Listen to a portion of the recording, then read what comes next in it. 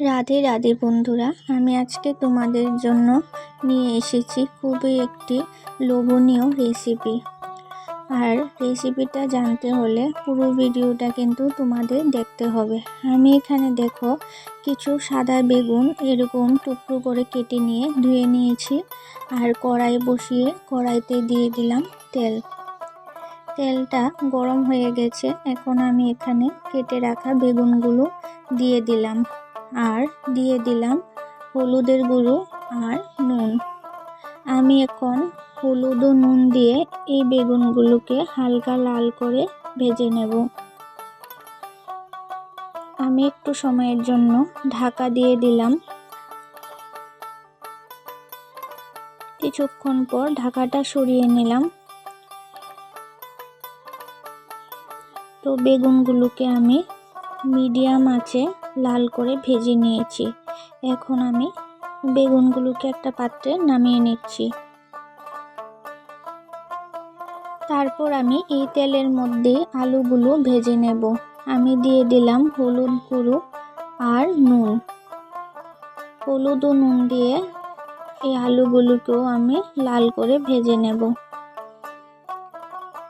আলুগুলোকে আমি এরকম লম্বা চির করে কেটে নিয়েছিলাম আর একটু লবণ জলে একটু সেদ্ধ করে নিয়েছিলাম।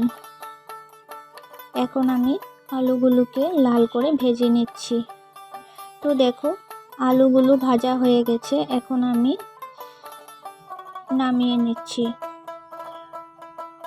আর এদিকে দেখো আমি চন্দনা শুটকিগুলোকে পরিষ্কারভাবে ধুয়ে নিয়েছি। এখন আমি হলুদ গুঁড়ো নুন দিয়ে এই শুটকি মাছগুলোকে মাখিয়ে নেব।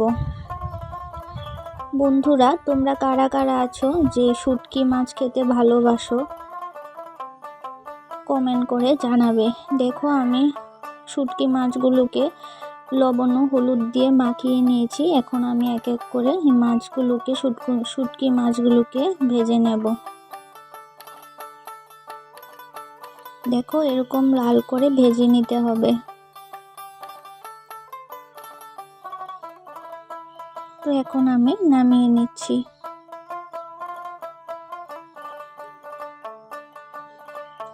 তো বাকি শুটকিগুলোকেও আমি এরকম লাল করে ভেজে নিচ্ছি।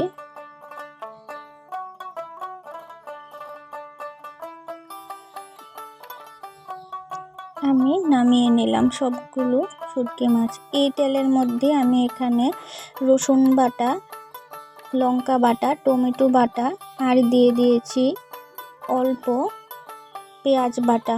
আমি সবগুলো উপকরণ ও সবগুলো মশলা এই তেলের মধ্যে দিয়ে একটু কষিয়ে নেব। তারপর দিয়ে দিলাম স্বাদ অনুযায়ী নুন। এখন এই মশলাটাকে ভালোভাবে কষিয়ে নিতে হবে। দেখো কি সুন্দর তেল ছাড়তে শুরু করেছে। এখন আমি মশলার বাটিটা ধুয়ে অল্প একটু জল দিয়ে দেব।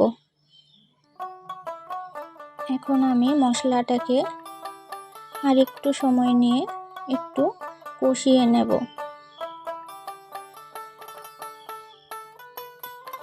দেখো মশলাটা কিন্তু অনেকটা কষে গেছে আর তেল ছাড়তে শুরু করেছে। এখন আমি শুটকি মাছগুলো এর মধ্যে দিয়ে দিচ্ছি।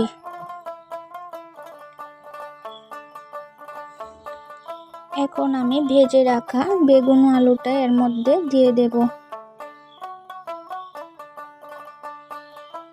এই রেসিপিটা কিন্তু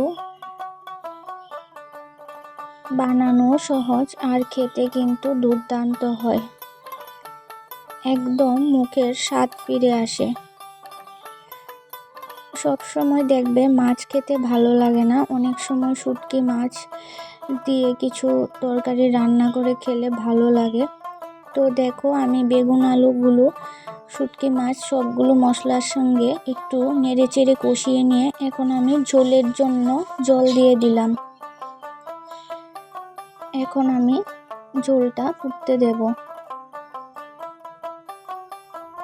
দেখো ঝোলটা ফুটে এসেছে।